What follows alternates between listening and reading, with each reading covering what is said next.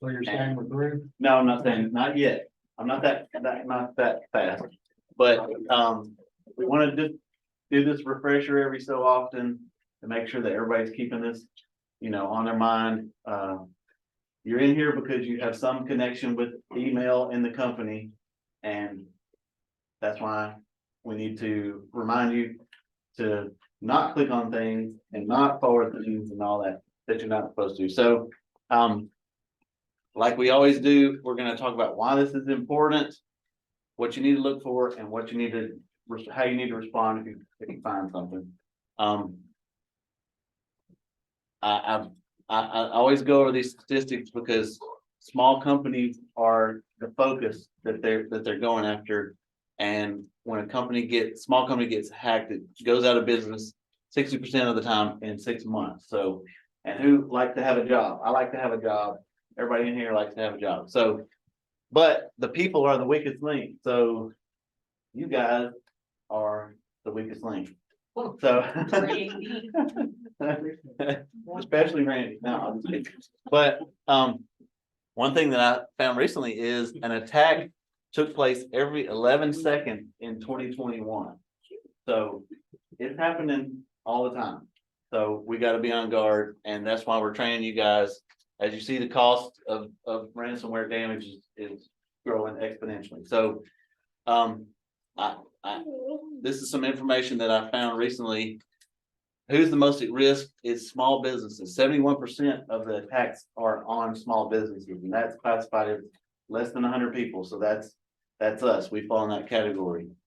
The employees of small businesses are 3.5 times higher risk than large companies. I didn't know that. I thought that was very interesting. So we're in a higher risk category than a lot of large companies. And then the executives are twice as much than just the employees are at risk. And it also includes executive assistants are higher at risk. So we're all on the high risk category. So that's another reason why we're doing this. And it's in our area. Florence, the city of Florence had to pay a Bitcoin ransom recently because they got hacked. So it's happening everywhere, including here. So and the hackers are after money. That's what they're after. That's the whole point. So what do you need to be looking for? Basically, get in the habit of looking at scanning all parts of an email. Everything can be a red flag. Look for anything that doesn't look right. And anything from the sender, a strange attachment, spelling and grammar, the tone of the email, different things like that. We're going to talk about that. But bottom line is just get in the habit of checking, just scanning everything for a couple seconds to say what something look weird. And so examples that you can look for in who it's coming from.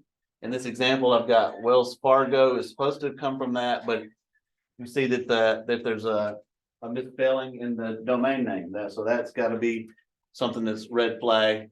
If you're included in an email with a whole bunch of strange email addresses and you're like, I don't know what's going on, that's a red flag.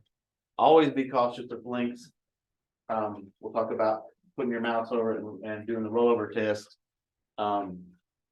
And even the time that the email comes in can be strange. If you don't normally get emails at 3 a.m., some of you guys do, but if you know that can be a red flag, something else to look out for. Attachments is another thing. Always be suspicious of. Always check and see if it's a strange file type that. And if you're ever unsure, don't open it. And right, Randy? Okay. And the subject of an email. I hear about that. If I'm just. No, I always joke about I know he jokes about it, so I always pick on him. But so the subject of the email, if they're wanting you to change your password immediately, if they're wanting you to do something as soon as possible, that's a red flag, or send me money now, that's a red flag. The content of the email, of course, a lot of times there's misspellings in spam email, or grammar is wrong. So are they trying to get you to do something out of fear or urgently, or they want you to send money? Those are red flags that are common things to look for. So how do you check an email. If it's an outside email coming in and you're in Outlook, it's gonna have the email address up there to help you to say, okay, this is supposed to be coming from Right Now Media. I look at the email address, that matches. So we got a match.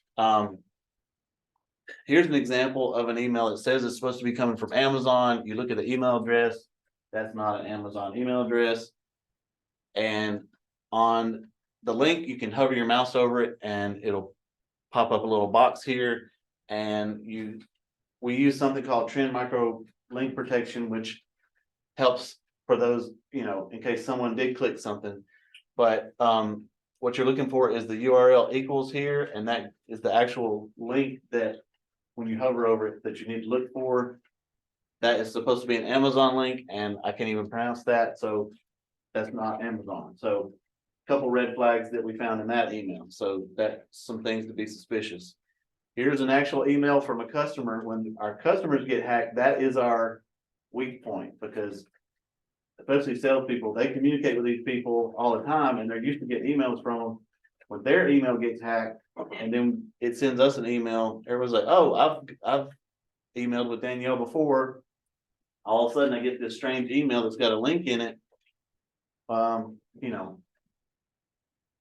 You're used to getting the email from the person, but this is strange. And so you hover your mouse over it and you look at the link and Notion.so, what is that? And why is it trying to make me do something urgently by 4 p.m. So those are some red flags. If you want to stop and be, wait a minute, even though I know this person, something strange here. So another example of a customer of ours who got hacked, and they sent an email that came from a Dropbox, and this person has never sent me a Dropbox link like this, so that's strange. And then you hover over it and it doesn't even go to Dropbox.com. It's some pages.dev page. So something's not matching here. Those are red flags. So another one of our customers or people that we communicate as a company sent us this email when their email got hacked. And this one was supposedly from OneDrive. And you see it's saying it's a PDF attachment. Well, why didn't the person just attach the PDF file like normal people do in email? So why would they send it as a OneDrive link? And then you hover over the open document thing and it's a SharePoint.com site. So things are not matching up here. Those are red flags. So as you know, we periodically do spam testing to test you guys and see who we can catch on links. It's like, oh, if they're not going to look for the red flags and they click on something, then we need to know. We did a test a while back and we came up with this fake Gmail account for Chad, and we got some of you guys. But the good thing is, since that test, where you on this one, if you hovered over it, you would see that the link said onlineservicestech.com. So, what is that? That's kind of strange. Well, the last 2 times that we've done the testing, we've got 100%. So, congrats on that. We're doing good. We want to keep that 100% going. So, good job on that. As I've said before, you can do the rollover test on a cell phone. You just need to be extra careful, because if you just click it, you're actually going to open that link.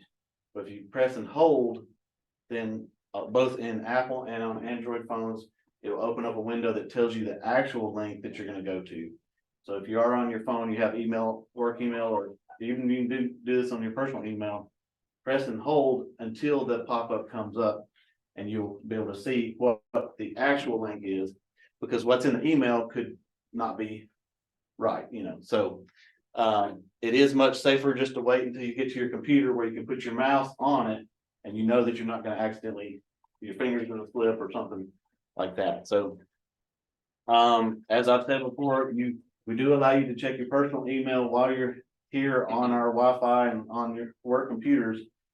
We just ask to use these same techniques on your personal email as your work email. It's just good practice to check all these things anytime you're looking at an email. So if you do find a spam, what do? How do you report it?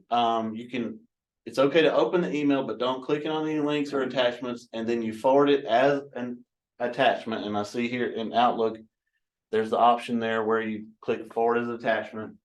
That opens a new email and it puts that email inside of it as an attachment. That helps us because then we can send it to our email provider and that improves our spam filter to help block more of these. So like I said, it's a cat and mouse game. As a spam filter gets better, they get better, they change their tactics to get by it, and then we're constantly having to improve the spam filter. So that's how you can report it. And normally you guys have been sending them to me, and we're gonna start transitioning that over to Gavin. So he gets the joy of getting your spam too, but I mean, you can copy me too, but definitely put Gavin on there so that we can have multiple people who can get those reported as soon as possible. And then if you do click on something or download something that you're not supposed to, and then your computer starts popping up messages, turn the thing off as fast as you possibly can. Yank the power cord out of the wall or press the power button and hold it and it will shut it down. That's the first thing, is get it turned off as fast as possible and then immediately report it to us and IT so that we can see if it spread, how far it spread. Hopefully we'd never have to do that, but if it does happen and you see some strange thing that pop up, let us know. So, and we have had some websites will make you think that your computer has something's happened. That's something that has happened where you click on an ad or something and it pops up something. So just to be safe, let us know. Another thing that came up last time was about in Elevate. Those of you who use Elevate in the phone system, what do you do about spam calls and messages? Well, spam calls, there is a way to report the calls. If you're on the phone and it's a spam call, you'll see this report spam button. If it's after the fact or on your mobile phone, the Elevate app on your phone, you can report the number as spam from your call history there. On spam text, you can't really report them, but you can mute them and hide them in Elevate, both on your app and on the computer. So that's some things that you can do in Elevate for those of you who have that. This is just an example of what it could pop up if you were to get ransomware. It's going to be saying your files have been encrypted. You must pay this amount of money to recover your files, and it's probably going to have a countdown timer saying if it gets to 0, it's going to delete them all, and they're trying to scare you and everything's into paying them. So that's just an example of one, and that's pretty much it. Anybody have any questions? Anything that I didn't do quickly? So. I was gonna say on the Elevate and reporting spam, we were hesitant to hit that button because it may have been a customer, but you tracked that down and found out it doesn't stop them from calling. It just gets them an opportunity to look at that number and see if it is spam. Right. You may have seen calls coming in and it has the little spam on the caller ID. That's all it does, is it will add that alert to say this is possible spam. It's not gonna block anything, it just helps you guys to have. It's not the same number. That's why they keep calling, over yes, again, yeah. but I put them on spam over and over. Yeah. That's a benefit because I could, at some time you could hit it. And It could be a whichever company's customer. number that's gotten, they're using a different, they can change the numbers if they call them from, so. Yeah. That's a whole discussion about the phone system and how it needs to be redone, but, any other questions? Anything that you can think of that maybe we're forgetting that we need to be safer on or anything like that? Anybody confused about why am I in here? Why are we talking about this? Okay. All right. Was that fast enough? Wow, it's fast. Yeah. It's a lot of information. I know it's a lot of information, but I know you've heard it multiple times, and that's why we do this. So I appreciate you guys being here. If there's no other questions, then I think we're done. Do you want us to send things to just Gavin, or do you want, what do you prefer? Send them to both of us, yeah, send them to both of us, because if he's in the middle of doing something, then I can report it also, Okay. and, yeah, so we're, yeah, send them to both me and Gavin, and that way it'll get reported pretty quick, so. All right, thanks, guys. Remember, don't click on things, don't open things. I'm sending them to everybody.